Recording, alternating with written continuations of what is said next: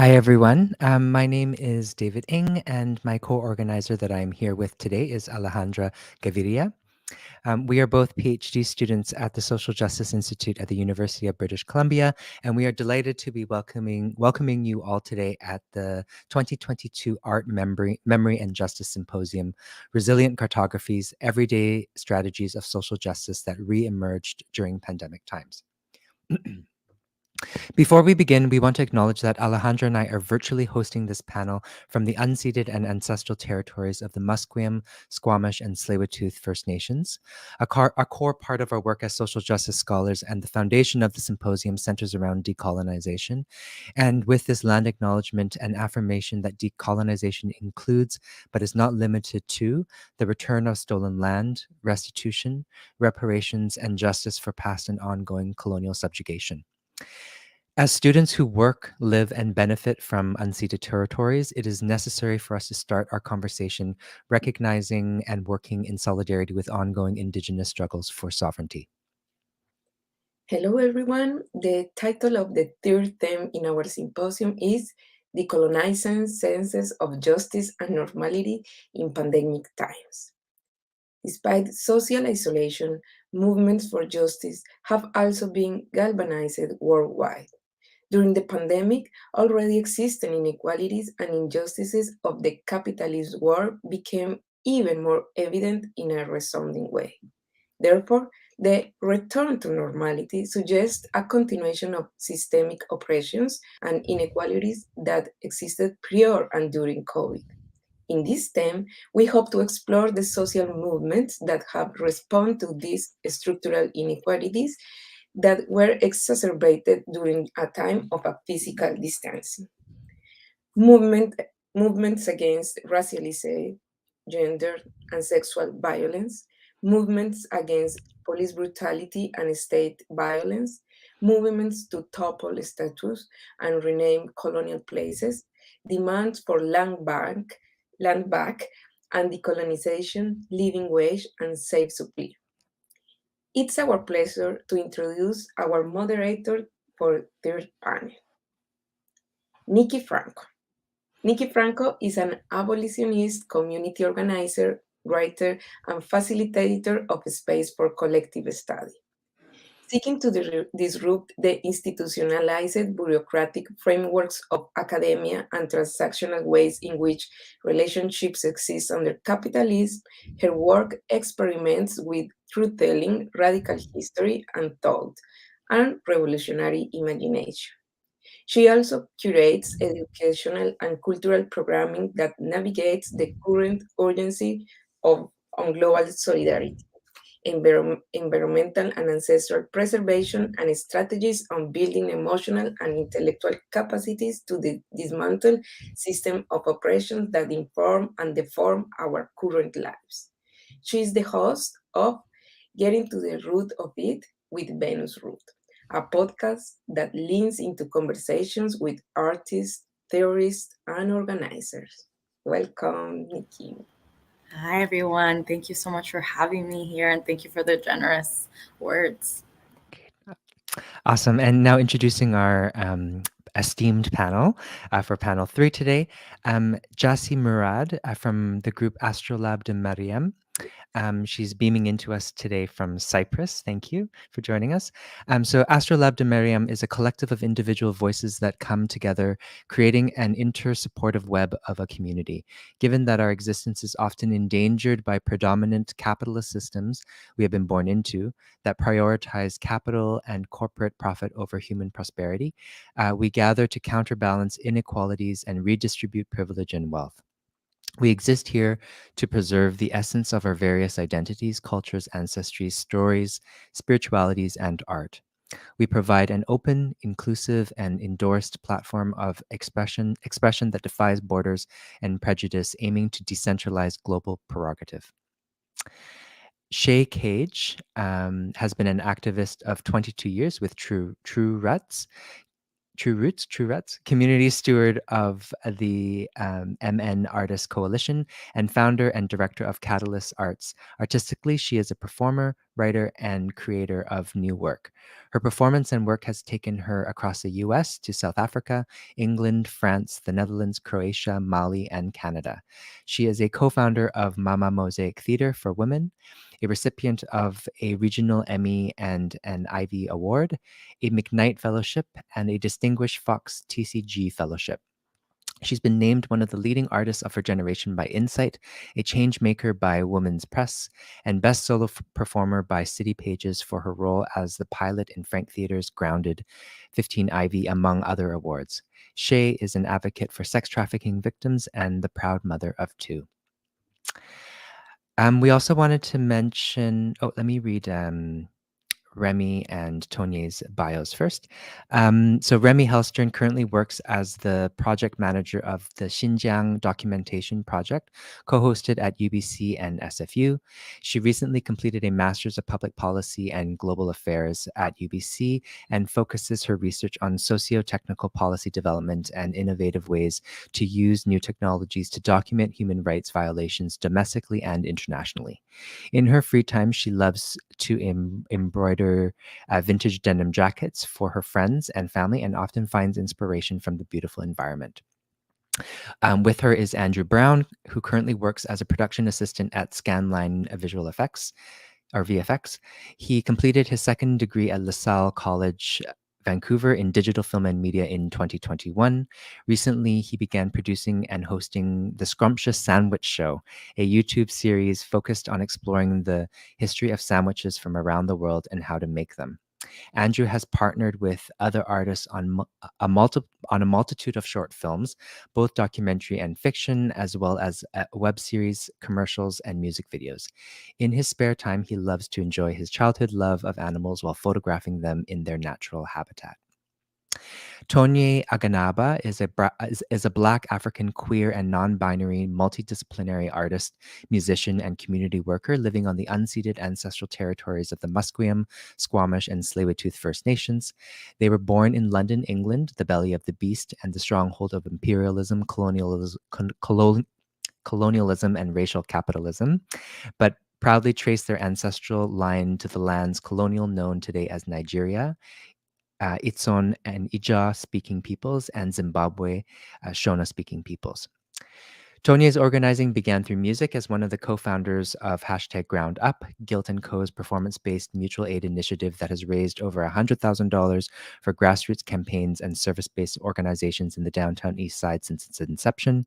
Tonye is a proud member of the Defund 604 network and Cops Out of Schools, organizing in the pursuit of the abolition of police, prisons, and the end of state violence and repression. Tonye is also the community manager and youth engagement coordinator at Ethos Lab, a Black-led innovation academy co-creating a vibrant anti-racist community through the facilitation of arts-based learning and leadership development. I'm just going to also recognize, and Elul, sorry to confuse things, I'm just going to go back up and we wanted to reference the work of Les Thesis, who they offered a gesture as a part of the symposium. They're not on the panel today, but we wanted to recognize their work. Les Thesis is an interdisciplinary feminist collective formed in Valparaiso, a city along the Chilean coast. The interdisciplinary nature of the collective results in performances that are visual, sonic, and sensorial. In September 2020, Las Dices launched Juntos Abortamos, Together We Abort, in the frame of the Day of the Struggle for the Decriminalization and Legalization of Abortion in Latin America and the Caribbean. The issue was particularly brought to the surface during the COVID-19 pandemic, with Chile, Colombia, and Argentina decriminalizing abortion. Juntos Abortamos is the piece of media art that Les Thesis has contributed to the symposium. Unfortunately, Les Thesis cannot join today. However, you can watch their piece and as well as all the other gestures in the symposium at www.resilientcartographies.com. So without further ado, we're going to pass it now to Niki and to our wonderful panelists. Thank you. Thank you all so much. So I am hailing from Miami, probably a little bit warmer than where a lot of folks are at. So just want to bring some of that sunshine and warmth. And I'm really excited to get into this conversation and sort of just be able to share space and learn more from you all as artists and organizers and just like disruptors of the nonsense that we are being asked to return to, and not just return to, but return to with eagerness, right?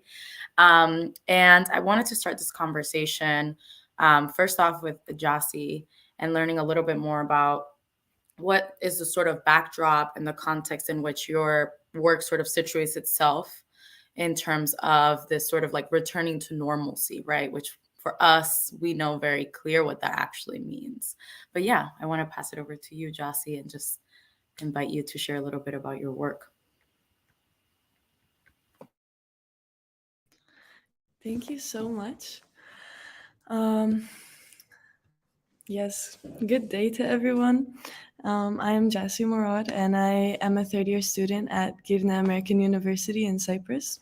I'm currently studying contemporary dance and performing arts. And thank you, of course, to the organizers for this beautiful effort and to bring together and to start this conversation. In terms of the project I'm introducing today, and in relation to the old normal and the new normal, and where do we find ourselves and where do we want to go, this is where this project started. The Astrolab de Mariam as a collective, as an idea, was born during and after the first wave of the pandemic.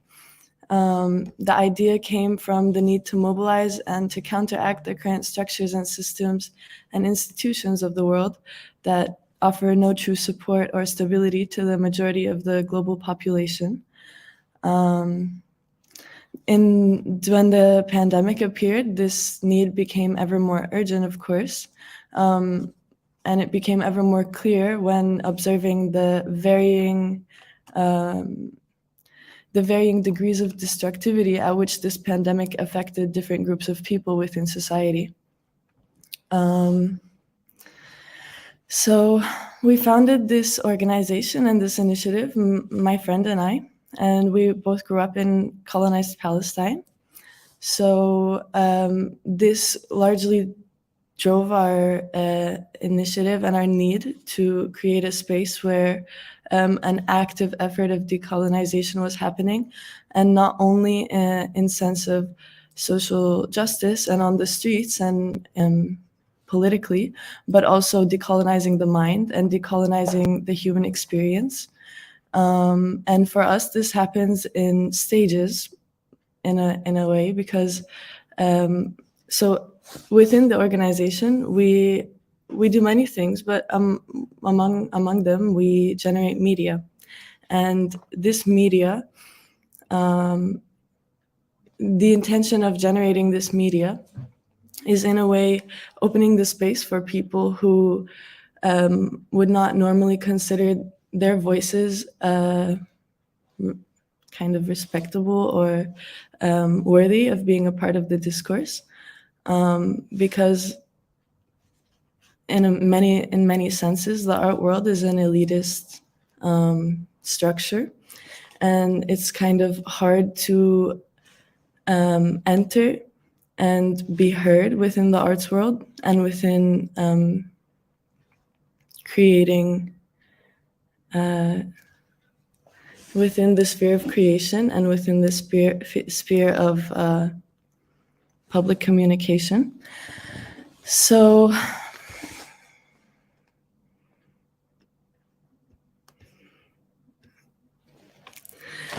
Astrolab de Mariam as an organization was named after a Syrian woman whose name is Mariam al-Astrolabi. I will read a quote now from on the naming of the organization that is also on our page. Mariam al-Ijiliya lived and practiced astronomy and engineering around the 10th century in Syria. Mariam was the one to develop the principles of the simple astrolabe into the complex astrolabe, which was first developed in ancient Greece, leading her to be known as Mariam al-Astrolabi. She is recognized by many as the creator of the most basic version of the modern-day GPS system, as the instrument she created is used to make astronomical measurements and navigation on a computer that tracks one's observation, location, time, and date. Sadly, she remains unrecognized by many biographies and Western historical transcriptions of the instrument's history and development. Realistically, this experience of dispossession and historical exclusion is not limited to Mariam. Over the course of history, countless women, and especially women of color, have been discredited of their work or contributions within any given professional field. This is due to the predominant patriarchal and white supremacist culture that is systemically enhanced by capitalist power structures that further keep it in place. Once this reality is realized, one can attempt to seek measures to deconstruct it. This is the agenda we as a collective community adopt. Furthermore, the Astrolabe de Mariam will commit to creating a discourse to reconstruct in its place a reality that serves our sustainability. This agenda is what will carry us forward as a community and as a collective. So the beginning of the organization really started as a desire to create this space for, it started with women, and then it grew because my friend and I, who we founded it, we were both Palestinian women, but we were both now outside of Palestine. So this also brought to context that we are migrants in Europe, we are migrants in Western culture, and it's even harder to kind of establish our voices and allow our voices to be heard and to be respected in this context. And we realized also we are not alone. Through meeting people and through conversations and through creating connections with other practicing artists or other thinkers of many backgrounds. For example, within the organization as well, we make an effort to combine people from backgrounds of as wide a spectrum as possible. For example, we have people in our community with the background of psychology, with the background of small business management, social organization, arts of different mediums, economics, science. My co-founder, my friend who is also my co-founder, she is in the field of politics and international law. And she is also currently a refugee in France, which also drove the awareness for the true need to provide also information for people like her in Europe who are seeking stability and seeking support and who have to navigate this system that is extremely confusing, and it's created this way to prevent people from entering and integrating into a very Eurocentric society. And yes, but we also noticed that, well, as we were evaluating not just who are we creating this space for, but also who do we want to be involved, we realized that we want it to be inclusive as possible, in the sense that, yes, we are minorities in Europe, and yes, we are disprivileged in many ways, and we are creating this space to support other people who are disprivileged by the system, but we don't want to exclude any group of people from being a part of our community, because we believe that the process of decolonization has to truly happen from a mutual understanding that this system is unsustainable for everyone, not just for the people disprivileged by the system, but also for the people who are privileged by the system. Yes. So if we hope to decolonize our minds and our bodies and our realities, we must first address the colonized present. And I will give some examples for that, because personally, as an artist, I truly seek, and I'm coming into the process of creating a more optimistic art, because within my personal artistic process, I'm empowered by seeing art that is imaginative, art that is empowering, art that is reflecting the reality that I would like to see. And but I also, while entering my artistic process, my artistic journey, which in many ways I was kind of blocked from due to my context and my culture and many limitations, I realized that I had a tendency to kind of reflect my reality, and sometimes that can be very somehow depressing and not very optimistic somehow. So there's also this balance and need to acknowledge the current colonization in order to arrive then at the process of decolonization and reconstructing in its place what it is that we would like to see. So I'm now beaming some images that this image was directed and edited by the co-founder Asil, and there are many images that are directly political, and they all arose from just kind of casual conversations of analyzing, criticizing, understanding, deconstructing what is the current positionality that we find ourselves within as individuals, and how do we, yes, and how are we reacting to that? Here, I think there's a video that will not stream. Okay. Maybe I will stream the videos all together at the end if there's some time. So I talked a bit about the decolonization process and that through collective practices. And what are these collective practices that we're aiming to bring as a community? As I briefly mentioned, that I come from a culture that's not very respectful of the practice of artistic expression and the investment in this in each person, in the sense that I truly believe that art can be very deeply healing and also very richly communicative and influential on a social level, and also on a personal level. And this also has to do with, to a certain extent, our creation process. Like every project that we create, it is about the media that is produced in the end, and it is about what is communicated through this project to the general public, but it's also largely about the process of creation itself and the transformative process within the process of creation itself, and how this affects the individuals involved. Because usually we only, the community is, it's an open space, so everyone can create whatever form of medium that they feel drawn to or feel expressive within, and we also intend to not censor the content that is created, and really, and I think that the material that we produce and its quality comes truly from the individuals that choose to be engaged within this community in the first place.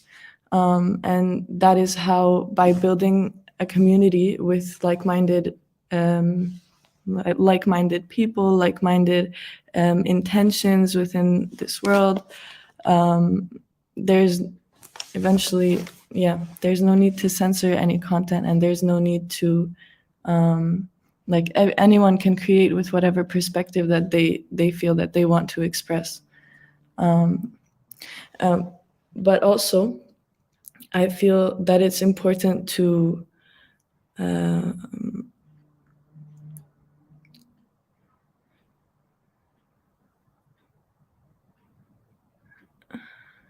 I lost my train of thought. I'm sorry.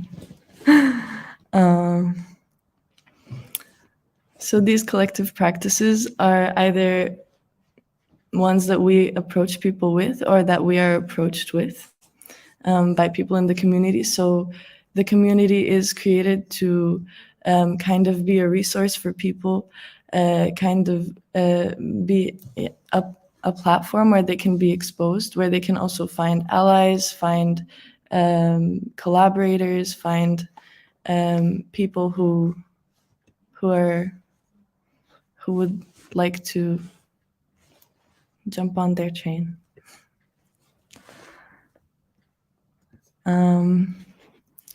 Sorry, I didn't mention these. So yes, this is Suleiman. He's also a collaborator. This is MMA. He's from Japan. I will stream a video of his at the end. And these are all in relation to commentary on situations and experiences that have largely affected the individuals and that need to be brought to light.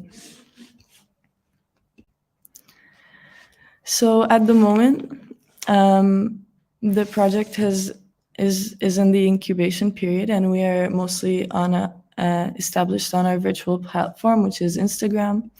In the future, we hope to establish a cultural center that will be the ground base of these projects and a resource for people in and outside of the center itself to make their ideas a reality.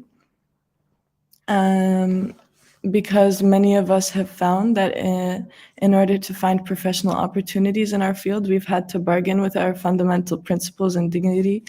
And thus, we are taking the initiative to build a space where we can constructively be represented by ourselves.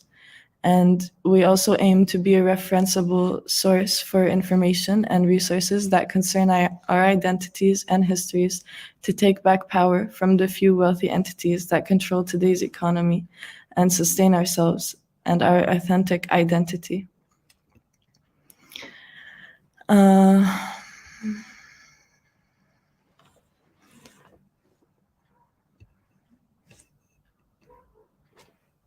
So we as a collective, we are born out of the necessity to transcend the racialized, gendered, and capitalist violence that we have been victims of for too long, by creating new opportunities for ourselves within our context. We create opportunities for others.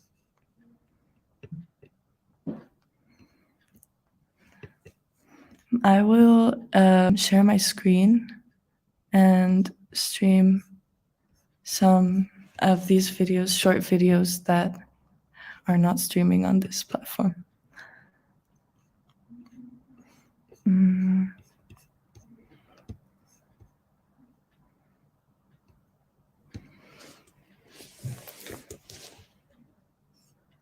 Okay.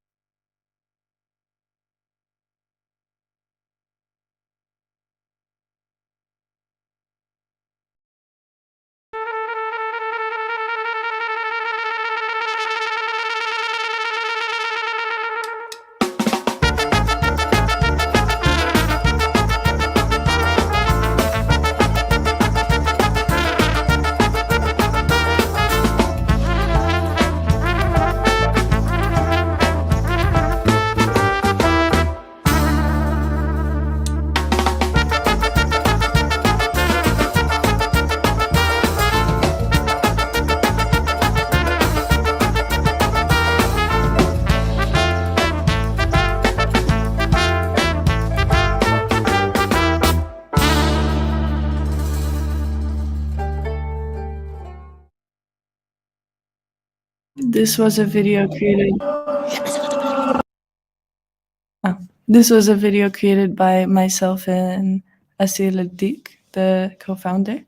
And this next one is a teaser of a performance That is a commentary on indoctrination, educational systematization, yes, the structure.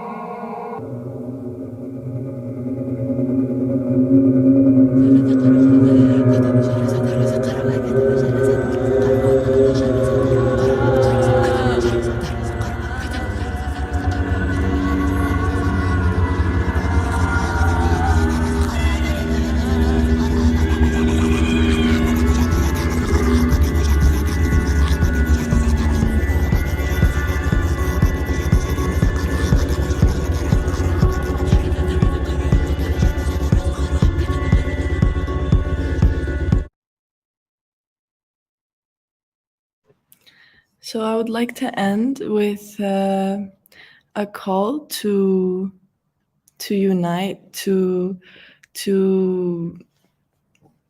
create allies, to yes, to broaden our horizons, and yes, thank you for listening. Yes, thank you, thank you, thank you. Oh, I want to see the rest of the performance. I'm like, okay, teaser. But yes, thank you. That was so lovely. I feel so inspired. I desperately want to learn more. I'm excited for us to get into like the juicy back and forth exchange, because I know there's so many artists in the space. I know there's some love happening in the chat. So thank you, Jassi. Beautiful work. Some really, really important considerations for us as we get into our conversation and as we move through this sort of conjuncture, right? This moment in history. I want to transition over to the work of Remy and Andrew with Sowing Seeds of Discontent, and similarly kind of posing the question to you all, kind of where you find yourselves in your work and sort of the time, place, and conditions of this moment and how it's impacting the work that you all do.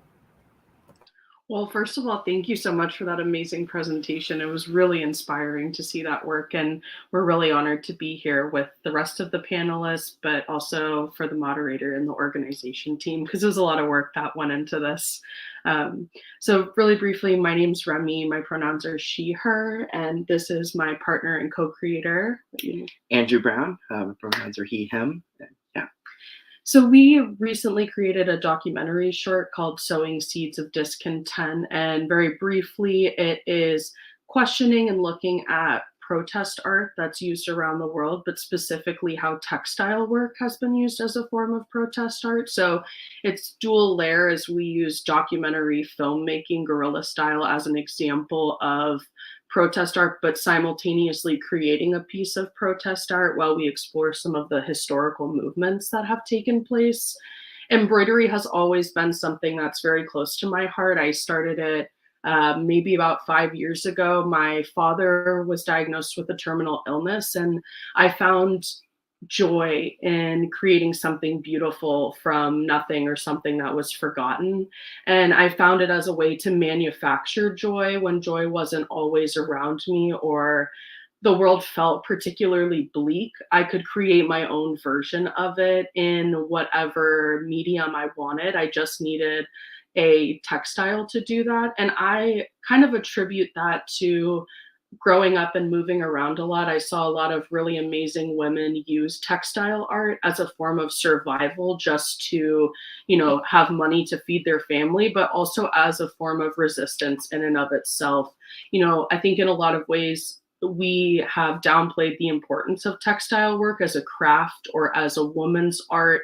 And it's really so much more than that. There's so much skill and talent that goes into producing these. And I think that can often be overlooked when we have a society that emphasizes automated production of materials and fast fashion. And so I think that it's really amazing what can come from being produced by someone. And I think a really good example that we touch on in the documentary that we're not going to be able to touch on here, but I think is really symbolic of it is arpilleras, which were used during Pinochet's Chile. Women would use arpilleras, but essentially they would be called like the people's newspaper. And it was a way to keep track of what was happening in the community and communicate if individuals were missing or if they passed away when it wasn't readily available. And women would come together and produce these, and it would be a way to create a resistance or create a sense of community where it may not always feel like it's there. And I don't think we get to touch on the depth of that, because when there's darkness and there's times, with the pandemic, for example, where we do feel isolated, we have to find and create our own communities when they're not always there. So this documentary really explores that and kind of questions how this has been used in the past. And for this presentation, the way that we were thinking of breaking it up is Andrew will talk a little bit about the history of guerrilla filmmaking with documentaries and how that has come about as a form of protest in and of itself. And then in the back half, I'm going to share some of this amazing work that we've seen from other women and groups around the world and touch on why this work is so inspirational and important. So with that, I'll pass it on to Andrew. Okay, yes, I will be touching on some of the documentary aspects of our project here. And I gotta say, when Remy brought me this idea of documenting a live exhibit with embroidery and as a protest piece, it really blew me away. My mother is an amazing seamstress, and she taught me how to do some basic sewing things and stuff like that. But I would have never thought to use a medium like this as a means of protest or a means to speak out. But it just goes to show how resilient people are and how people will find a way to get their message out, no matter what circumstances or issues they are put in or anything. My background personally, I work a lot in feature film and short film, more fiction, but I have also worked as a part of some documentary projects, but they all usually have a bigger budget and it's inherently a very collaborative media. There's usually a lot of people involved. For this one, we didn't exactly have that at the moment. So I took some tips actually from one of my own favorite directors, Robert Rodriguez. His debut film he made for under $7,000, which for a feature is absolutely unheard of. But his strategy was he had no crew. He was the whole entire crew. He did absolutely everything.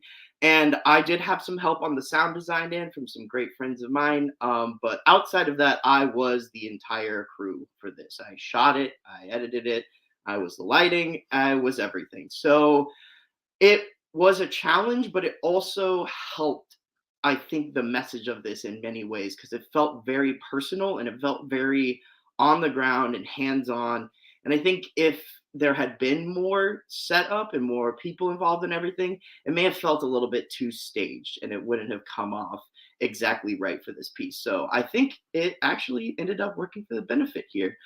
As far as documentary in general, it has, I think, a great history of being able to shine a light onto voices that historically have not been able to speak in the mainstream media. A personal example that I was going to bring up here was the documentary film Paris is Burning, which was about the trans community in New York in the 1980s. And the popularity of it took off at the time, and it spoke to a narrative and a group of people and shined a spotlight on some narratives that have never been spoken before, especially at that time. And another one, especially as a means of protest, is another documentary that I really thought was super powerful. It's called Whose Streets? And it is a documentary about the aftermath of the killing of Michael Brown in Ferguson, Missouri by the police officers, and kind of the fallout of it at the time. And at the time, we actually both lived in Missouri, so we saw some of this fallout occur and everything like that. But you don't necessarily know if the global scene can see it, or they really know what's happening here. But with this documentary now, it is documented from these people's perspective, like what really was happening in these communities on the ground. And I think that that's just an incredible thing. But with that, it has to be acknowledged that still historically, even documentary, even though they are typically lower budget, it's video equipment, video rental, all of this type of stuff is very money intensive. So it is usually, there's a barrier to entry, historically speaking, there has been. But one of the incredible things I think is we all now have an incredibly small and super non-cumbersome video device that we all have, that we can begin to document our own reality. So in a sense, we all are documentarians and are being able to document our reality. And from that, with protesting and essentially this returning to normal, we've seen since COVID many different things on a global scale with social media and people on the ground being able to document, the wake of George Floyd's killing. Even right now with what's happening in Ukraine and everything, we are seeing videos on the ground from people's cell phones that they are taking and experiencing a lot of these stuff on social media, at least from my perspective, I think. And a lot of people my age are seeing these things happening on the ground. And it's really, you have to willfully ignore it in many ways. There is so much obvious example, video evidence of these things happening. So saying that you want to return to normal, and it's just it's inherently saying that everything was all good before, when in reality, if there is so much change coming, why not try to change everything and make it more equitable across the board? I think just in closing on my aspects of this, one of the other things I wanted to mention with the documentary piece, it does have the potential to be exploitative, and every artistic piece has the potential to, as the documentarian, the potential to insert too much of my voice into this when that wasn't necessary.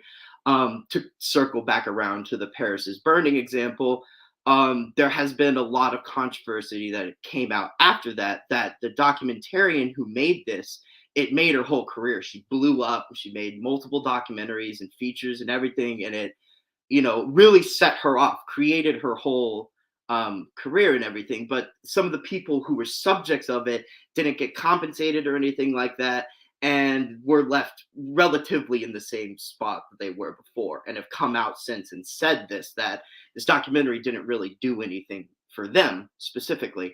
So that's something very important, I think, as the dual-edged sword of being the only person who was speaking from the documentary's perspective, that it could have been too easy to insert too much of my voice into this, whether it be willfully or accidentally, or for whatever reason. So I just wanted to make sure that when creating this, that I created it as a conduit, and I was just here to represent my fellow artist and document her message and be a conduit to be able to get that out to people and share it.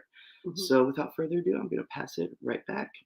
Wrap this up. Thank you for that. And I think just kind of going off of his point as well, we have to look historically at the medium of textile work and who gets supported and who gets uplifted and whose artwork is seen as something that's worth putting forward. And it's not always representative of talent. In fact, it's very rarely representative of talent.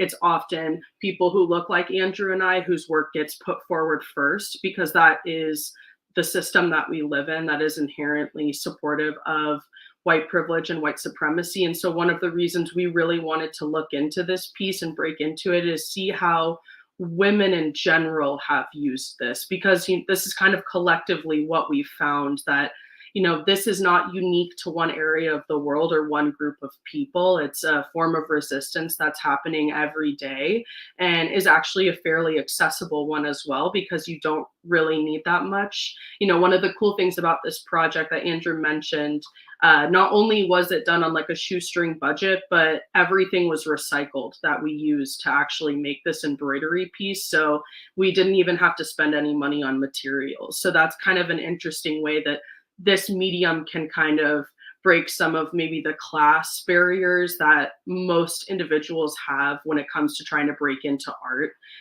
Most of us know here paint isn't the cheapest product available, or paint brushes or these kinds of things. So that was an interesting one. And then in the back half of this presentation, we just want to celebrate some really amazing artists out there. So I'm going to touch on 3 really cool artists. We're going to put the slides forward. Yeah, okay, great. So this first piece right here is called I Stand With Women and Cis Women Embroidery. And it's from a trans artist based out of Quebec, Canada. And one of the things I found really unique about this piece, the artist has an interesting history. So she is an activist for transgender rights and specifically talks about trans history and trans feminism. And I think when we think about waves of feminism, it has been very dominated by white women. And with, the rise of intersectional feminism, we're still trying to create a more equitable space within that lens and within that framework. And I think that there needs to be room for conversations around who is seen as the dominant group. And I think oftentimes when we hear the terminology of woman or who is a woman, too often do we associate it with cisgendered women. And that creates a very small category and a very small group of people that is not representative of women as a whole. And so I liked that this challenged some of the assumptions, and it kind of flipped it where we have to kind of address the personal biases that we may hold when we hear these terminologies and these phrases. And, very rarely do we consider cisgendered women to be outside of the norm. And so I thought this was a really interesting way to flip it. And this artist also makes a lot of cartoons as well, which goes to show that, there's multiple different mediums to express how you're feeling in these kinds of ways. And then the next piece is called Ain't No Mountain High Enough. And this is from the Yarn Mission, which is a collective formed by a group of women outside of Ferguson, Missouri, and they're knitting for Black liberation. And so kind of as we touched on before, in the national spotlight was the murder of of Michael Brown, pardon me. And the wider community is looking at how police violence has impacted communities all over America, but specifically Black Americans. And what's interesting about this piece is her background. The founder of this is actually a professor in criminology. So she looks at kind of these systems of oppression. And this particular one, neck sleeve, the inspiration for this was having to watch individuals in her community be pepper sprayed. And so you think about the shield that you would need to protect yourself against that. And, that's a really chilling thing to think about. And, it's just something that all communities shouldn't have to face, but to see it so overtly like this, I think shows the need that we need to draw attention and focus to this. And so their mission in the Yarn Mission is to promote action and change to eradicate racism, sexism, and other forms of oppression. And the 3 key tenets of this movement is pro-Black, pro-rebellion, and pro-community, which is fundamental to their movement and mission. And I wanted to leave this particular piece with a quote from the founder of it. That it's scary because police will come after you no matter how organized or important the work that is being done is. And knitting offers a little relaxation and relief. It shows that we can come together in other ways and in places to make everyone feel a little bit safer. So again, we're kind of coming back to this idea that we use mediums as a form of joy and as a form of relief, because you can't allow yourself to be consumed with darkness all the time, because we need joy and we need hope to move forward in movements. And then lastly, this was a piece we added in more recently, given everything that has been happening with Ukraine. This is a Belarusian artist, and she's currently based out of Prague. And her form of protest art is cross stitch, which is a little bit different from embroidery, but it's still a textile work. And it arose as a form of protest against the re-election of the Belarusian leader of 26 years, Lukashenko. And she is currently living outside of Belarus in Prague, but she uses embroidery to show support for the growing democratic movement in the country. And she had a quote that I thought was particularly powerful for this piece as well, and just generally everything we've been talking about in this symposium thus far, is that all Belarusian embroidery, whether traditional clothes, tablecloths, or kitchen towels, uses symbols. You can guess the age, the gender, the social status, and the regional origins of the customer or the art using this encoded language. For me, this represents the history of the Belarusian people written in embroidery. The red thread also traditionally serves as a talisman to ward against evil spirits. So these kinds of projects are so unique and so interesting fundamentally, because there's so much more than just what we see on the surface, that, you know, these beautiful pictures, they really support deeper messages and deeper movements. And that's really what we tried to break into and kind of start to talk about in the documentary short that we made. So thank you so much for your time, everyone. That's all we have for you, and we really appreciate it. Yes, thank you, Remy. Thank you, Andrew.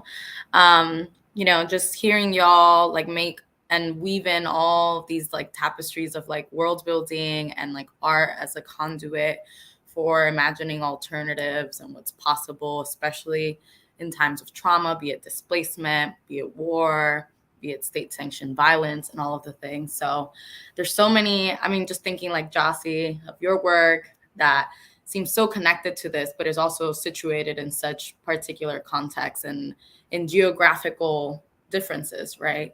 But there's so much that is kind of just like existing in conversation with each other. And without further ado, want to bring it to Shay to share a little bit about your work, bring it to the United States context. I know where some of us are at, well, I am, and also the work of Moment of Silence and sort of what you all are up to there. Thank you. Yeah, I'm so blessed. I in my practice, I really ask on the universal spirit to kind of lead me in community. And that often brings me to places and spaces that I otherwise wouldn't have gotten to on my own. So yeah, I think sometimes it's really easy to be isolated, to have this feeling of isolation that, you know, you're the only one, or there's a small group of us. And so this today has been really affirmative so far from the other panelists, and also just the work that is being done here as we look at the resiliency of our legacies, of our heart, sweat, bone-breaking work and labor around lifting up the possibilities. And so my work lies right in the cusp of that, very ritual-based work. And I was raised in the rural South, so I come from rituals. I come from a community resistance. I come from revolutionaries that set us literally around their feet at night and told stories, you know, so, and also dreamed, you know, like, so the dreams are very present. And that seeped into the core of my being, the same way that our ancestors seep into the trees that are around us and the leaves that are falling. And we think, the kids are like, oh, these leaves are dead. And it's like, they're still living, honey, because they carry truths. They've seen more than we have seen. And so just trying to keep the larger reality present is something that I've been really immersed in. Specifically, there's so much. So I'm here in Minneapolis, Minnesota, half of the Twin Cities, the city where Brother George Floyd's life was taken by Derek Chauvin in 2020 on May 25th, a knee held to his neck, witnessing him call out for mama, witnessing a community cry for help, seeing what it feels like for people to feel disabled. Also in a place where there's an incredible amount of resources, and this part of the United States, it's heavily funded, yet the disparities are just crippling, and I mean across the board, from housing to unemployment, and so I think, people keep asking, like, why did it happen? Like, why did this moment happen? And I think it's less about the why and just the fact that it is, and that it is in a legacy of continuum as well. And so how do we break the cycle, right?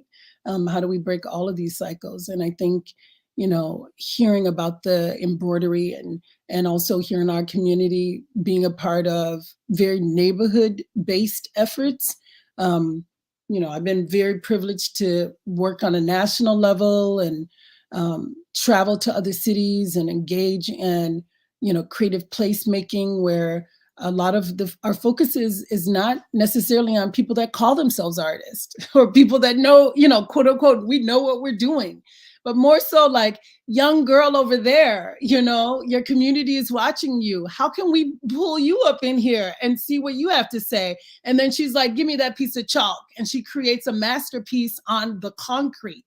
And we realize that we don't need to, we do and we don't. We don't need to spend years and years looking for these funds or resources for this grant when we can just give that chalk to that little girl or give this pen to this young man, and my dog, I knew it was just a matter of time. I've been doing everything to silence the dog, but I think it must be the mailman. So apologies in advance. See, the ritual, you can organize as much as you want, but you can't control all of the parts.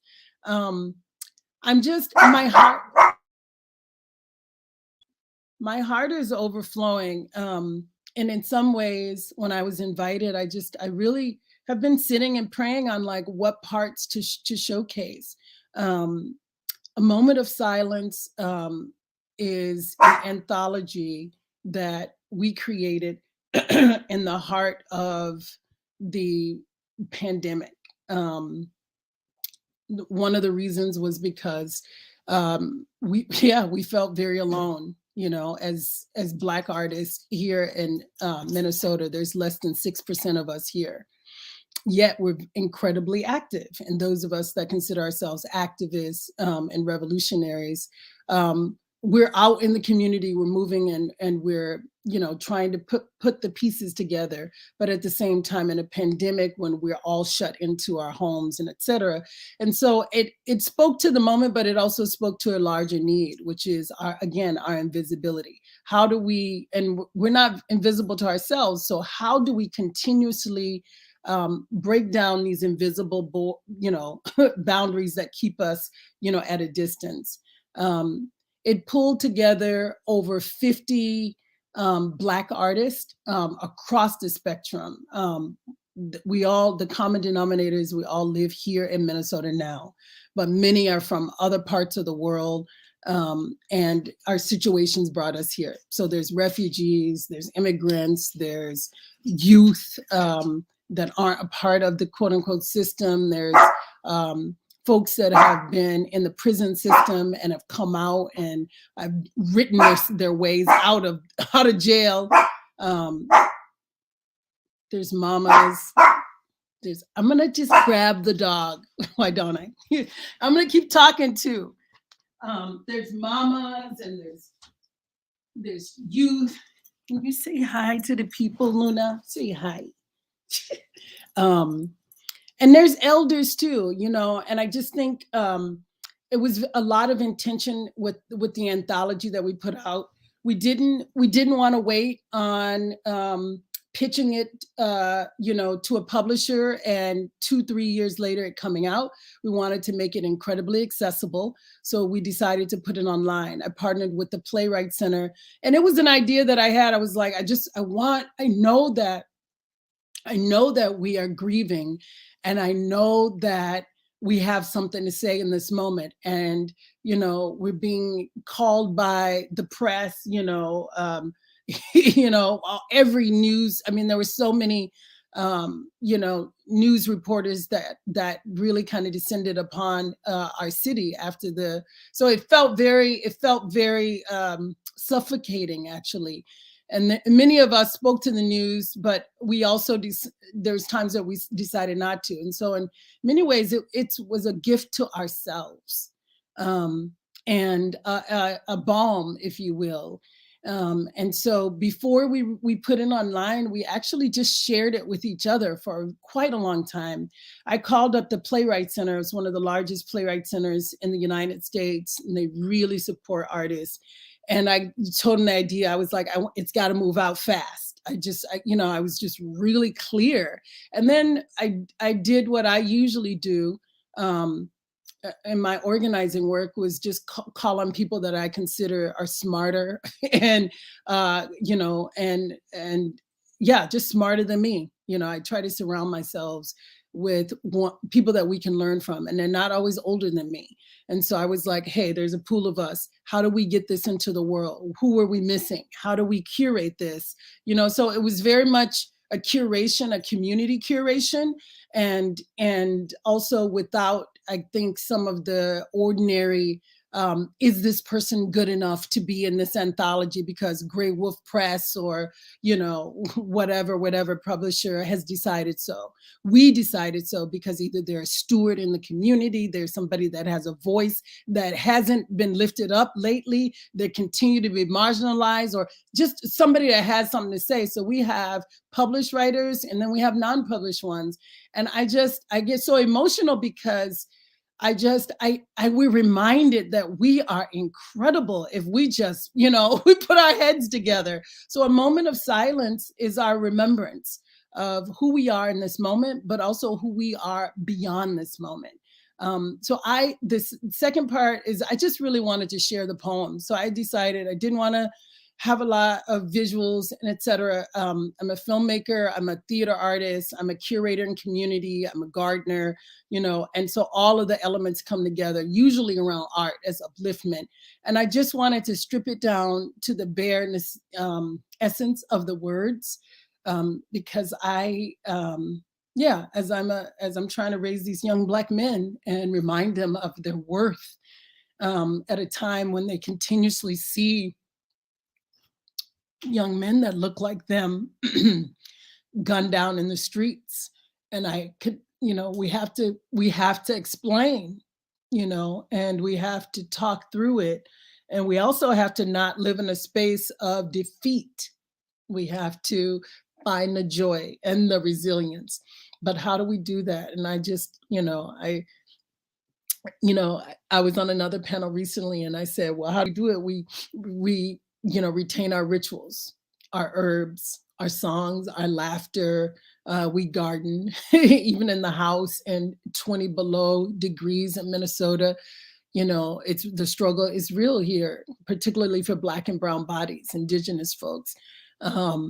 We have heated arguments and debates, and then we laugh afterwards. We have long hours of cooking together. And we just imagine. We imagine the world beyond us. We make films, we make theater, we make poems, we paint on stones, we gather our neighbors around and we hold anti-racism sessions, dream cycles. We make banners, we put them up in our own houses, on our fences. We give them to others who really need to put them up. We pool our resources when there are none. And we don't sit around waiting. But we get tired. We do get tired, and exhaustion is also real. So, we wipe each other's sweat, and we rock each other. We babysit each other's children. We pick up books and we read June Jordan together. We figure out how they did it, and we know that we can do it too. So I just wanted to read a few pieces, if that's okay with you. The first one is very short. I'm sorry. Before I read the pieces, I want to say one thing that is very important. As we come together in community, because particularly around the death of Brother George Floyd and in the creation of living memorials, we have, actual memorials that are still present, and we feed them with flowers and presents. We visit them daily, we shovel the snow, and etc. I think it's important. It's one of the things that have emerged is realizing that we all have very different narratives, right? And we hold trauma differently as well. And that's really real. When we try to come together and we build something, we have to acknowledge that, as opposed to saying, well, we're all in pain. We're all in different types of pain. And we're also at different parts of the journey. So before I create a film, before I create a poem, before I even create this anthology, we actually have to sit down and figure out, what are our core values? What are our principles? What practice are you bringing to the table? How can I honor that? And how can you honor mine? And it's not always easy. And so sometimes that affects the timeline. The moment of silence came together in less than 2 months. And it's, which is unheard of. I mean, it was just we found resources. We paid every single artist somehow. And we went through edits. We had copy editor. We brought on the right people. And we didn't delay, but I think it's because we took the time to establish a foundation, a shared foundation, and what this partnership is. So I'm going to just read, let's see. The first one is by Alex Pate, and it's just a quote, but it's so perfect. It says, the time has come and gone. You must now learn to love us better than you yourself, better than your own self, and there's a ... I'm going to read again. Time has come and gone. You must now learn to love us better than your own self,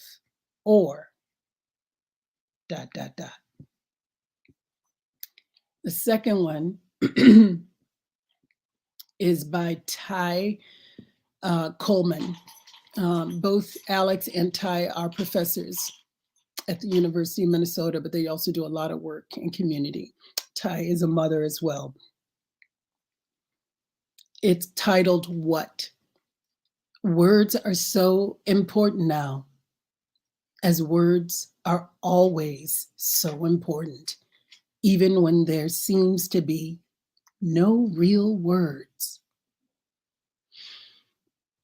And then this one, I was going to read the foreword to the anthology because it's so fitting. It really talks about how, again, we as Black and brown people sustain in this place of 10,000 lakes, how we worship the water and we go to it, and we make practice in the mud and the dirt. And we allow ourselves to cry when we need to, without embarrassment or apology. And then we also run in the rain. It's raining and it's cold, but we're going to run in it, and we're going to go sit in the snow and And we know we're not just dreaming without belief that a new day is coming, because we are impacting that new day. We're literally figuring out new ways of safety in our community. We're approaching policy in very complex ways. We are unabashedly stepping into brave space and calling out the powers that be with data. We're working with people that understand data and saying, okay, how can we put the numbers to this so that it's not like, oh, here they are again, arguing, saying that they're underfunded. No, we see the stats for the last 10 years and then the last 3 years. And oh, you're not even funding the people, our rural brothers and sisters. And look at our disabled brothers and sisters, our LGBT, so it's really getting smarter about the way that we organize. In this piece by Michael Kleber Diggs, the energy of it really represents the vibe that holds a lot of our activism and our dreaming. It's titled, "We Are Together in a Lush Place." The vision, we as a variation on us, we as the subject. We are, I'm sorry.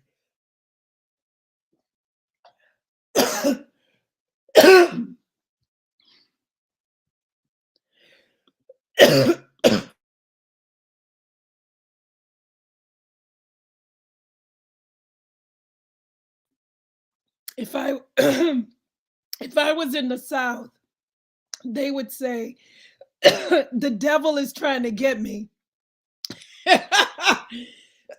trying to take away my voice. But I think, I'm sorry. I think that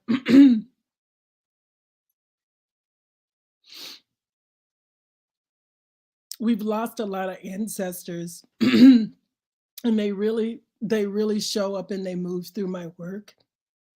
And they remind me when I say yes to a panel, or yes to moderating, or yes to creating an anthology or a documentary film on healing and wellness, that that there's no time for laziness, to always stay present, that I'm not in control and I'm just a vessel. So I've been reminded, thank you, Ashe.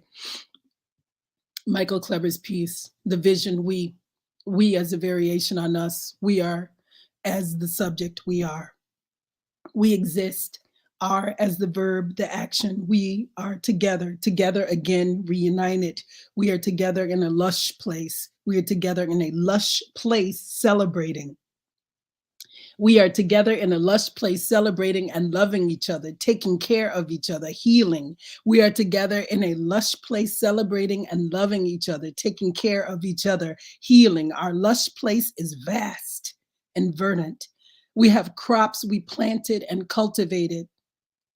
We make our own bread and food. We eat together in community. We make juice and tea and beer and wine. We have another garden too, flowers and trees, herbs, and that herb, a place where we make beautiful things and medicine. We have wise women and witches, astrologers and griots, poets, musicians, storytellers, historians. We make music, we dance, we sing. You know why we sing. It's a variation on why we've always had song. This time we sing because we're happy. We're singing because we're free. His eye is on the thrush. We know she watches us. By morning, by day, we work, we sweat, we plant and tend, we water and weed, we build houses and buildings and schools, grand schools. We make parks and places to play. We build a few roads, we build a few bridges. We bring in clean water and power. We bring waste out of the way. We gather what we will ripen off the vine. We cook together and eat together. We bring out the old recipes, the oldest recipes. We create new dishes. We clean up together. We recycle what can be recycled. We compost. We use everything we can. We waste almost nothing. We are stewards, taking care of Mother Earth and each other. In the afternoon, when the sun is high in the sky, we seek shelter. Some of us go to school, some of us teach, others retreat to their homes in our same verdant place. We read, we rest, we meditate, we write songs or poems or novels or plays. We write our history, we rewrite it, we tell it right. We rest and touch our beloveds with intention. We rub sore arms and legs, sore backs and chests and necks. We work our way down to where we curve and protrude to the center of our pleasure. We love each other. I'm going to stop there because I think it's my time, but I have so much more. And we are in the process. I wanted to actually close with a piece that I wrote that's called Run, but it's okay. I think that I love this space that's being cultivated. And I think that as a follow-up, I will put in the chat some of the information on where you can find some of the written works. Michael's piece goes on and on. Just so you know, there's some pieces that we luxuriate like for pages. And it's funny because we're often told, oh, it's too long, Shay, it's too long. My piece is like 3 pages. And then there's pieces like that are 3 lines. So I'm just touched. I'm touched by how we come together in resiliency and how we stay healthy in this work. And we keep saying to ourselves and others that we are not going anywhere. So, Ashe, I will surrender the mic. Ooh. Thank you, thank you, thank you. I know there's so much love going around. I'm feeling it too. You know, I'm letting it just go through me. You know, I'm like, let me challenge the idea that like these spaces have to be static or rigor, or like, oh, the institutionalized. Because I'm definitely feeling really emotional hearing all of that. I couldn't resonate more. I'm holding space for some grief support today after this, and I did a really beautiful garden harvest and like this extravagant menu. And I went on my iPad and did the whole menu. I'm like, Niki's dinner at Niki's, you know, and you know, I was like, am I being silly, you know? But I'm like, no, we're celebrating abundance of life. And just because someone has transitioned, like we want to honor the abundance that they offered us in their time. So feel really connected to so many of the words. Ooh, y'all, this is beautiful. I'm like, yes, thank you. I want to bring it over to Tonye, who I know we're going to sort of wrap this all up, and then we'll move into our sort of just more free-flowing conversation. Like I said, there's constellations illuminating, right? There's so much difference, there's space, and then there's so much connectedness and connective tissue. So pass it over to you, Tonye.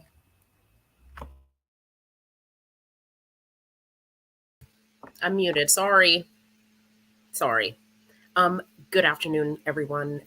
Jassi, Remy, and Andrew, Niki, Shay, thank you so much. Thank you so much for the infinite wisdom that you have shared already today. I feel so inspired by the work that each of you are doing, and I am feeling very shy and grateful to be considered. To be worthy to share space with each of you. My name is Tonye Aganaba. I use the pronouns they and them. Like some of my fellow panelists, I am joining from the unceded ancestral territories of the Musqueam, Squamish, and Tsleil-Waututh First Nations, but I'm not from here. My family is originally from what's known today as Nigeria and Zimbabwe, and I've lived in so-called Canada since I was in my early teens. That's all the data that you're going to get. You don't need to do any mathematics to try and figure out how old I am. Okay. But yes, so now I live in so-called Vancouver, and I am very proud to be organizing with the Defund 604 Network, which is an abolitionist organizing collective that is, as we mentioned at the beginning, organizing principled struggle together to do what we can to defund, dismantle, decarcerate, abolish the police in all forms. Yes, the Vancouver Police Department is garbage, but we're talking about policing in all of its form, right? Private security. We're talking about the DFO, the Department of Fisheries and Oceans. We're talking about MCFD, who I'm not sure what the Child Protective Services, I guess, would be the equivalent in so-called America. But all of the different levels and insidious versions of policing that we are living with and that we are being oppressed by on a day-to-day. So that's what the Defund 604 network is dedicated to. I shared some really beautiful resources, but I did not make a PowerPoint. So I'll just describe to you what we do, and you can go to the Resilient Cartographies website to check out all of the work that we've all created, and you all can see what we're doing. But within the Defund 604 network, we started our organizing together early in the pandemic. Each of us was obviously disgusted by the televised murder of multiple people, also especially George Floyd. But what we were noticing in so-called Canada is that Canadians are whack as hell and would respond to this violence by saying, that's not a problem that we have here in so-called Canada. We don't have that issue with the Vancouver Police Department, when we know from our lived experience here on Turtle Island that that is not true. The police are murderers in all forms and capacities, no matter the jurisdiction that they are operating on. So when the Defund 604 network came together in the early pandemic, we were having conversations about why people were responding to our experience of the police in so-called Canada in a different way. And it was really coming down to what Shay was talking about, not having access or an understanding of the reams of data that's available to us that actually highlights and specifically talks about, A, the amount of police murder that happens in so-called Canada, B, the drastic overspending on police in comparison with every other social or community service that exists in our community. So we started talking about, like, first of all, what is it that we want to see happen as the Defund 604 network? And we decided that we are fully towards decriminalizing survival, right? Because where we're at right now is, if you are poor, if you're disabled, if you're mad, if you're queer, if you're Black, if you're any other kind of racialized, if you're Indigenous, especially because this is so-called Canada and so-called America, you are at astronomical risk in comparison to white people of police violence, brutality, maiming, attack by a police dog, you name it, right?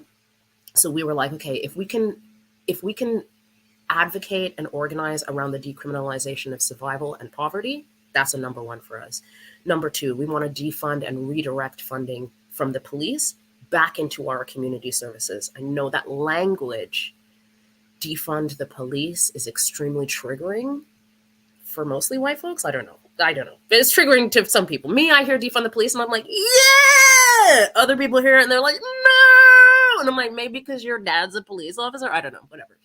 But yeah, so defunding and redirecting, for those who are triggered by that language, really it's reinvesting in our communities, reinvesting in the things that we've been stripping away systematically for decades, right? And then the final thing, which is arguably the biggest thing, is change culture.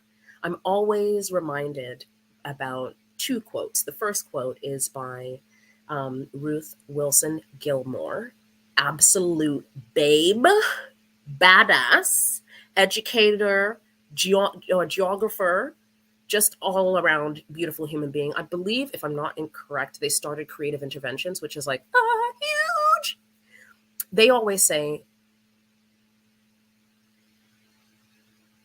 for abolition to work, you have to change one thing, which is everything. So asking for us to change culture, yeah, it's a big ask, but I think Shay mentioned so many beautiful things that actually result in the changing of culture.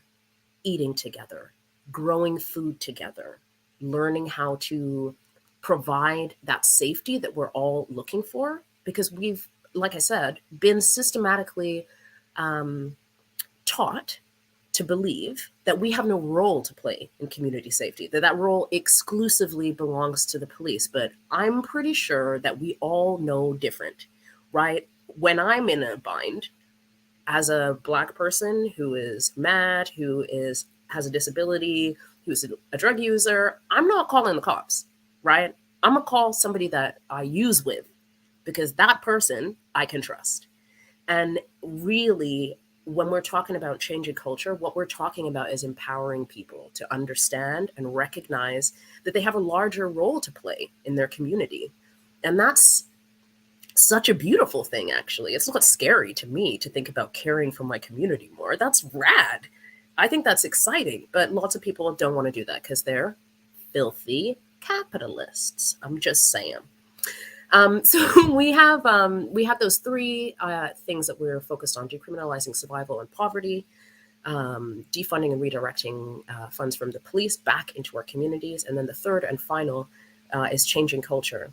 And as we started having these conversations and this principled struggle between our organizing collective about what it is that we want, how we want to move forward, we started thinking of ourselves as the mycelial network. Now, if any of you understand the power of magic mushrooms, you know what I'm talking about. If you don't know anything about magic mushrooms, all I'm telling you is that, okay, I apologize because it's got a lot of white people in it, but the movie is called Fantastic Fungi, and it will wise you up to what I'm getting at here. And the idea is that underneath the surface of the topsoil is a network, a mycelial network that is intricately connected, cannot be destroyed unless you are trying to dig for oil and stuff like that. You'll destroy it. But this network sends messages around the world, sends healing around the world. It heals the ecosystem when it's been destroyed. For example, when people are like, oh no, there's been an oil spill. A lot of the conversation that folks are having today about oil spills is like, how can we use mushrooms to heal this? How can we use mushrooms to eat plastic? Like, the mycelial network is so powerful and unseen. And that's kind of the vibe that we wanted to create with the network. All of these underground entities that are reaching out to each other, providing mutual aid, that are creating free fridges, that are dropping food off at an old auntie's house, or that are giving people rides from here to there, or that are buying bulk masks, which is absolutely disgusting that we have to do any kind of activity like this in a pandemic. Buying bulk masks and giving them out to the community, buying extra tests, providing them to the community. These everyday acts of abolition are what makes up the mycelial network. So when you go to Resilient Cartographies and you see these beautiful images of the mycelial network and all of our, the Defund 604 network's focus points and the things that we're arguing for and demanding of our local, provincial, and federal government, you'll see that.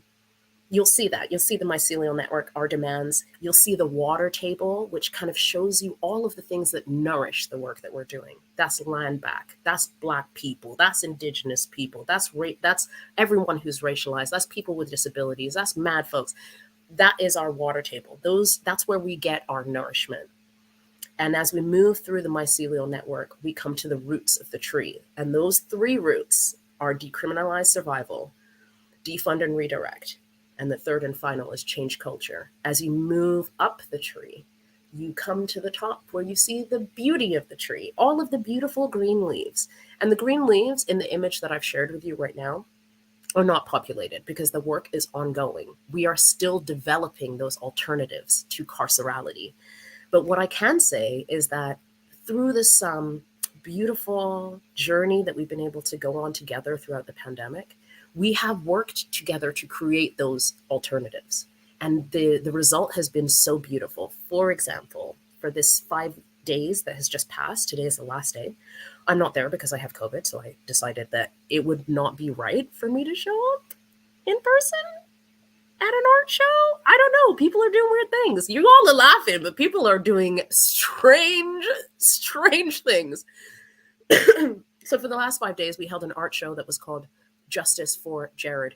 And it was organized in collaboration and solidarity with Laura Holland, who is the mother of Jared Lee Lowndes, who was killed by the police in Campbell River, July 8th, 2021. He was shot nine times on a 17-year-old warrant, which is disgusting.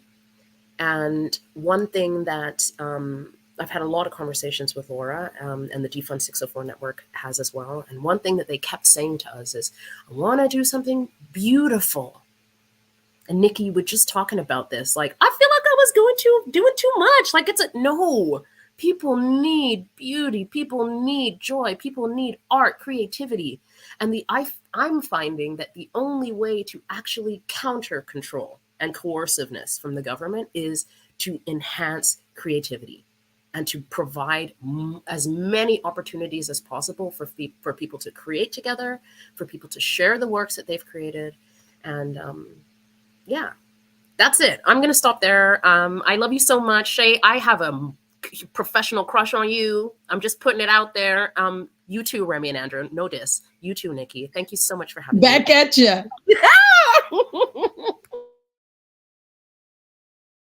Yes, so much love, so much love. This has been so lovely. I feel like my jaw's a little responding, like smiling so much. And I just wanted to share with y'all really briefly, like, art, culture, meaning making is one of kind of like the anchors of like all of what we do in sort of different manifestations. But, it makes me think of like different activities I do with young people, where I'll ask, like, we have this really beautiful exercise where it's like, if we could take out the $53 million of Miami School Police Department, which by the way is the largest student police department in all of the United States, what would you do? Like, what do y'all want to do with that money? And, these are young people that to the system, Black and brown youth who go to schools in the hood are like, they don't know. They don't have the capacity to make decisions. They don't know. But very quickly had such, they were like decolonized classrooms. We want gardens. We want circles. We want natural lighting. We want like beautiful architecture. And a friend of mine and I just made it into visual notes, and I'm going to share it later on, but it's constantly regrounds me on this idea of like the power of imagination, of reclaiming pleasure, reclaiming sensuality, reclaiming our sensory experience that, trauma steals from us, the state steals from us. And I want to kind of open it now a little bit, just kind of for all of us to just kind of get into discussion a little bit more free flowing. And I wanted to hear, I mean, we're all talking about like culture, art making, I think abolition, sort of international solidarity across racial groups, dismantling of oppressive systems that we just do not want to just step right back into, just because the New York Times and the elite say that COVID is over and like everyone get to work and do the thing. But I am curious to hear from you all. I think in this sort of, I think of Mariam Kaba's phrase of hope is a discipline. And as an organizer, as an artist, and as I think, quite frankly, a worker, anyone surviving these times, like it really feels like you have to have profound rigor and profound discipline to access that sort of hope and that sort of joy of like, this is worth it and something different is possible. That I'm curious, it could either be more personally or sort of in terms of practice or collectively, like what are some helpful practices you all have been up to and experimenting with?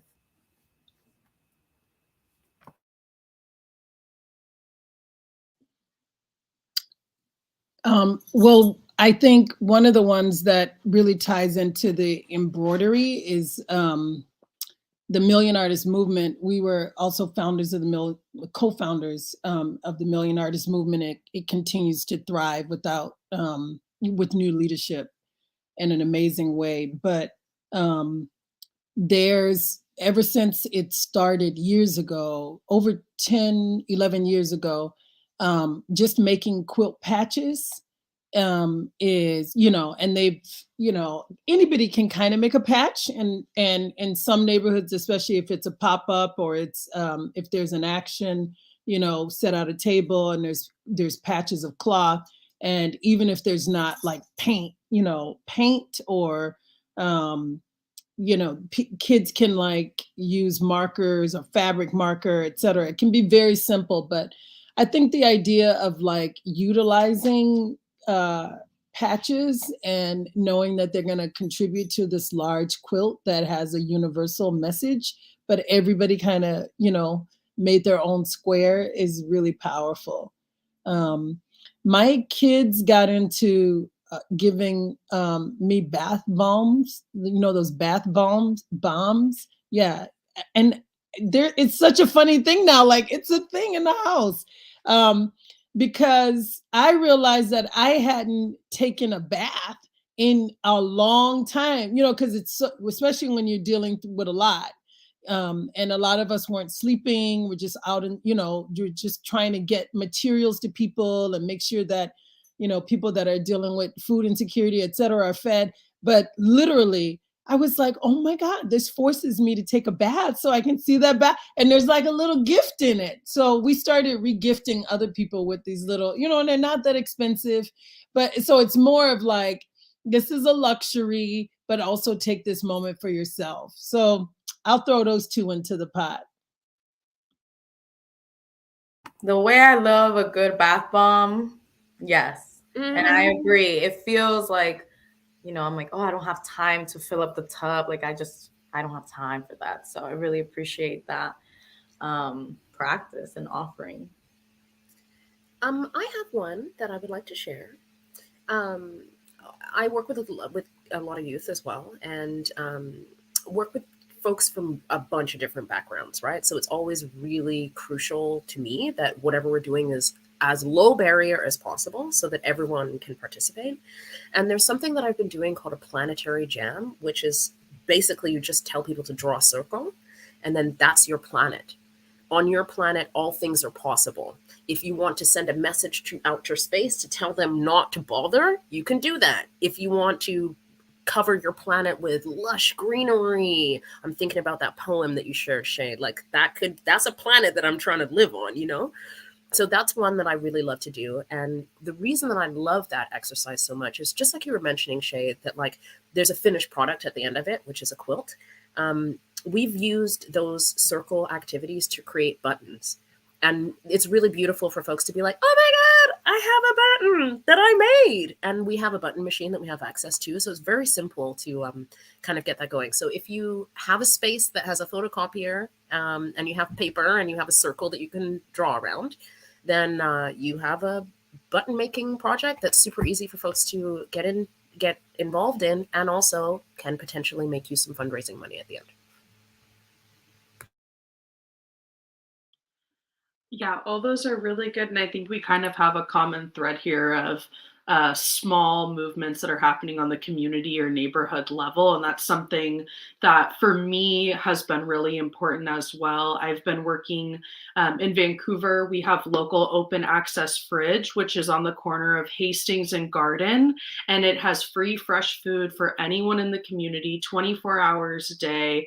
There's no food policing. We're just connecting community members with free food. And, that seems at the surface level like it may, seem like something so small. But when you go to drop off food at the fridge and you see 5 people waiting in line who may have not had access to fresh food, or you yourself just need some food because you're hungry and walking around, that's been a really meaningful project that has given me some hope during this time. And we just go and clean it, sanitize it, make sure there's no rotten food or anything, but it's given me some hope in the community. You start to see some local businesses actually dropping off food, and the fact that it's putting something meaningful on the plates of people in the community who may have had to miss a meal, it just means the world being able to do it. And it has given me a lot of hope.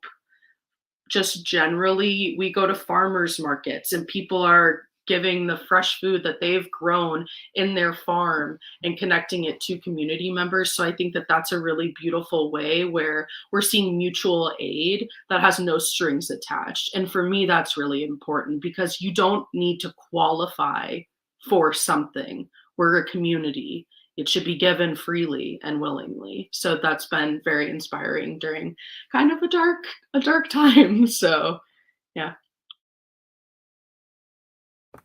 Yeah, I appreciate that. Yeah, some comrades of ours have a community fridge right in front of where our organization's at. And yeah, it's like every morning. It's also next to a bus stop. So Yeah, it's really beautiful. It's, you know, kind of like situated in like your stereotypical food desert, right? And like working class Black and brown neighborhood. You have your Popeyes, Burger King, and yeah, that's what you got going on. And then you have the community fridge with like a bunch of fresh produce, and painters have done really beautiful murals around it. And I love this piece, this like regrounding on the no strings attached piece, right? And the fact that here we are 2 years into the start of the pandemic and that folks are continuing to hold it, right? Because I think that was one of my fears, seeing kind of the energy and the momentum of like summer of 2020. And I'm like, amazing, welcome. Like, yes, we want all of y'all. And then of course, seeing some of that fizzle out, of course, seeing some of like the mainstream media kind of want to like insert itself in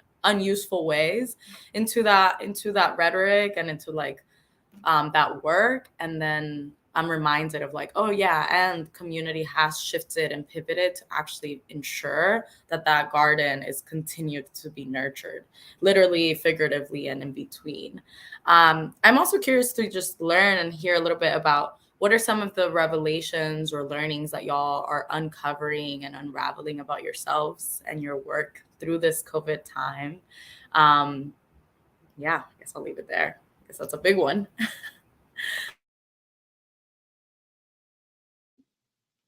I think for me is it's also lies in the space that has been challenging, which is how do you really show up fully, but also how do you preserve some part of yourself for yourself? And you know, there's a national conversation around wellness, right? But I think when you really start to dig into it, there's so many artists that don't have health care. There's so many artists that you know, are living check to check. And so I don't know, it's just, there's a divide in terms of like, yeah, where do we have the space to actually step away and take a personal retreat and restore ourselves? Because if we're not well, we can't do the work well.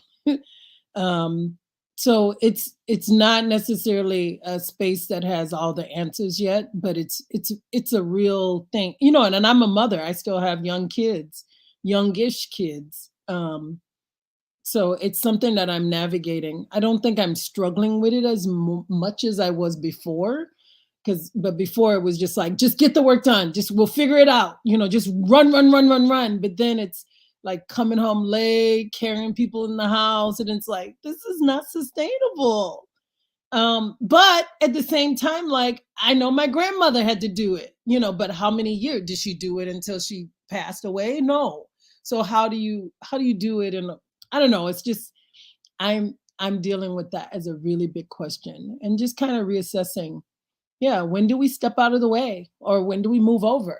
You know, and when do we, you know, sometimes prematurely trying to pass a baton, and it's like nobody's grabbing it because it's not time for them yet. Maybe, I don't know. So yeah, more of a challenge, but a reality too.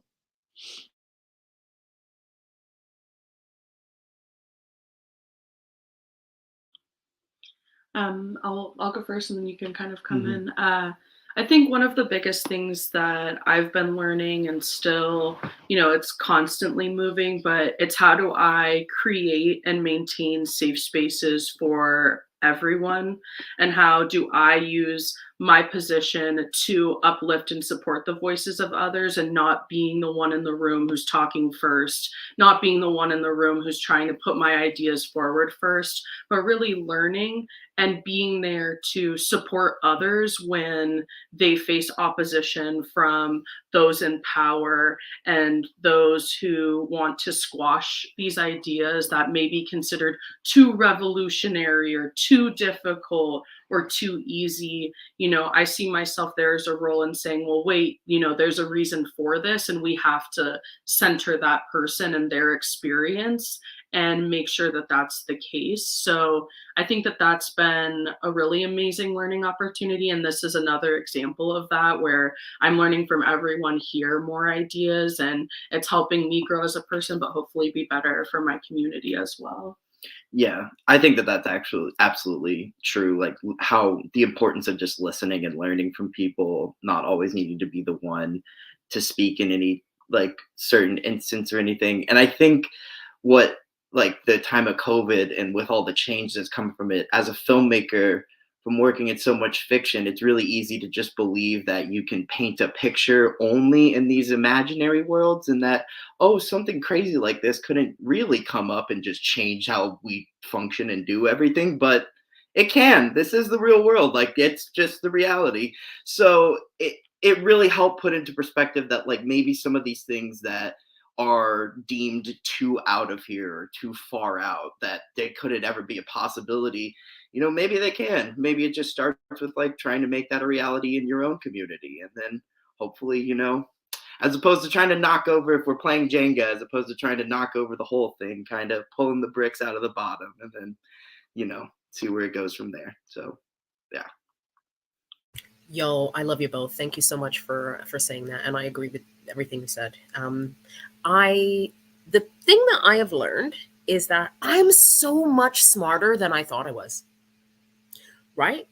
I did not. If you would have talked to me before the pandemic and said, "Hey, you're going to have to learn a bunch about fiscal policy. You're going to have to learn a bunch about the provincial government and the police act. You're going to have to show up to meetings with the parliamentary secretary of racism in the province of British Columbia and actually like say a word or two." I had no belief in myself in that regard.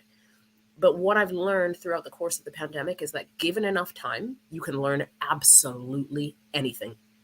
And if you have passion, if you have resolve, if you have people who are in your corner, I have to say that I'm blessed as hell. I have beautiful partners that love me. I have a beautiful baby that loves me sometimes. They're turning 17 next month, so most of the time they're like, yeah.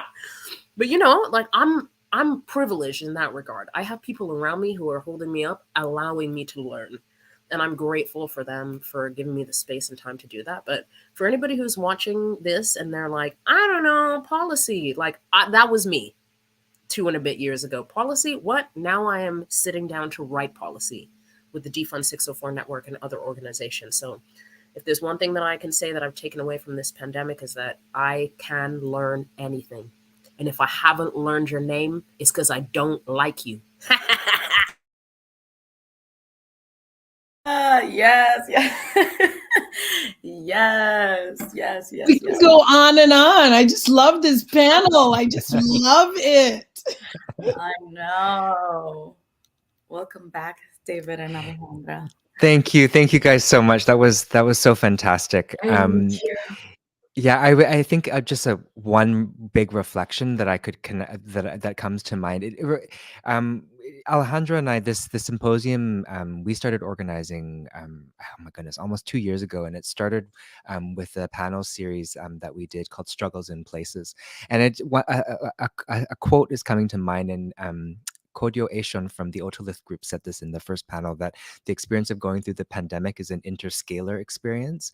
And that just kept coming through in this panel when, we opened it thinking about all these big social movements and transformations that have happened and things that have been pushed. But those moments of revolution also come in the day-to-day. And it really came through in all, and really interrogating also what is considered productive in a sort of neoliberal sense has been a really big theme. And so thank you guys so much. It was incredibly powerful. I can't believe we got all of you in the same virtual space together. We were remarking in the background that it was just such a wonderful energy. And, this vision I just wanted to quickly mention, because my heart is so full, because Alejandra and I, when we put together this symposium, we're thinking exactly this kind of bringing together people in this space to have this conversation. So thank you so much. Yes, it's so hard. It's so hard to say something about it because this was an intensive panel. But I want just highlight one thing, and maybe it's this force of creation in pandemic times, and as you show us, also this need of feed us, feed the memory, feed our dreams too, And to do that, reclaim our rituals, our herbs, our medicine, our cooking, our imagination. Um, and we have to reclaim, because that has been through different generations to arrive here to us. And that is a way to not just deal with this hard time, but also to transform the oppressions that go beyond these hard times. And I just have to say thank you so much, because all of you um, be possible this great conversation, from different parts of the world, from different backgrounds, and was really, really, really great. And you feed us in the best way. Thank you so much. Thank you so much. So we just want to remind everyone watching that you can visit resilientcartographies.com, where you can find all of the gestures from all of our wonderful panelists, and also all of the other contributions from the other panels today. And Elul, my colleague, is just dropping the link into the chat right now. Also, we have the final panel in 25 minutes. It's in a different link. Elul is also going to drop that link into the chat right now. So we're going to take a 25-minute break. And then, yeah, we'll see you all at the final panel. Thank you.